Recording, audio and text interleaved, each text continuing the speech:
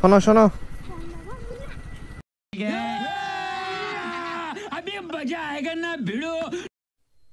আসসালামু আলাইকুম।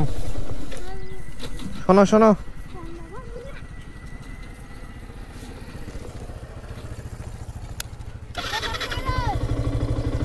ভয় পাইছে ও।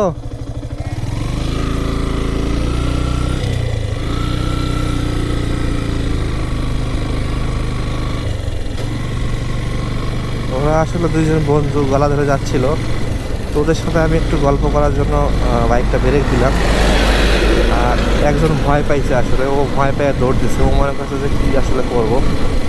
আসলে ওরা দুজন বন্ধু মনে হয় গলা ধরে যাচ্ছিল, দেখে আমার কাছে ভালো লাগলো। এই কারণেই কিন্তু আমি বাইকটা ব্রেক দিছি। আর ব্রেক দেওয়ার সঙ্গে সঙ্গে কিন্তু আসলে দৌড় দিছে। বিষয়টা আমার কাছে আসলে খুবই ভালো লাগছে। এখনো আসলে মানুষ ভয় পায়, সেটা ইন্টারেস্টিং না বলেন তো আপনারা? যাই হোক, আমার হেলমেটের ক্যামেরা দেখে ও আসলে দৌড় দিছে যে কি না কি যেন করবে।